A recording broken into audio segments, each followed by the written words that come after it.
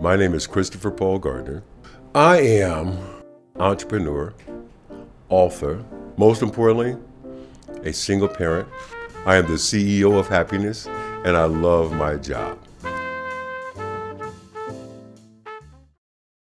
In the beginning, Chris Gardner's life was filled with poverty, domestic violence, abuse, and alcoholism. There's a picture right there on my wall that is the photo of the world's most unhappy little boy. Against all odds, a bright future was being formed for Gardner. I call it spiritual genetics, and what I mean by that is simple. We all understand genetics. You're going to get your mother's eyes, your father's nose, and nothing you can do about it. But the spirit of whom you're going to become as a man or a woman, I believe that you can choose. And I saw the light in my mother and in others with whom I did not share a single drop of blood, and I embraced it. Seeing and embracing, two separate actions. In his late 20s, Gardner moved to San Francisco in search of a fulfilling career, but he found himself a single father with no money and no home. As fate would have it, Gardner's life changed when he became fascinated by the financial industry. I had just found, after a year, a company that would give me the opportunity to work in a business that I'd now been in for 30 years.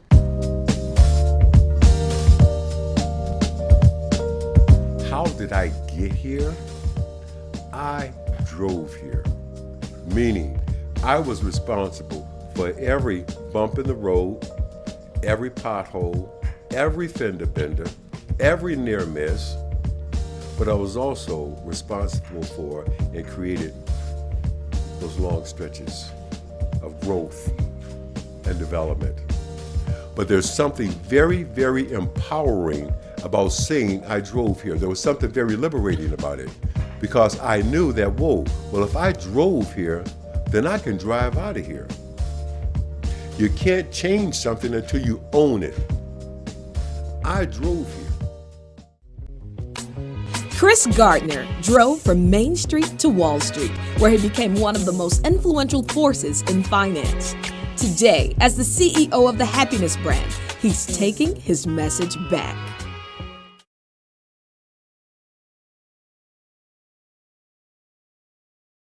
Three, the biggest thing that we want to do in this brand right now is we want to bring the best of Wall Street to Main Street. There's a reason that we left the Y in the spelling of happiness, and that reason is to make us all mindful that it is you and your responsibility for your happiness.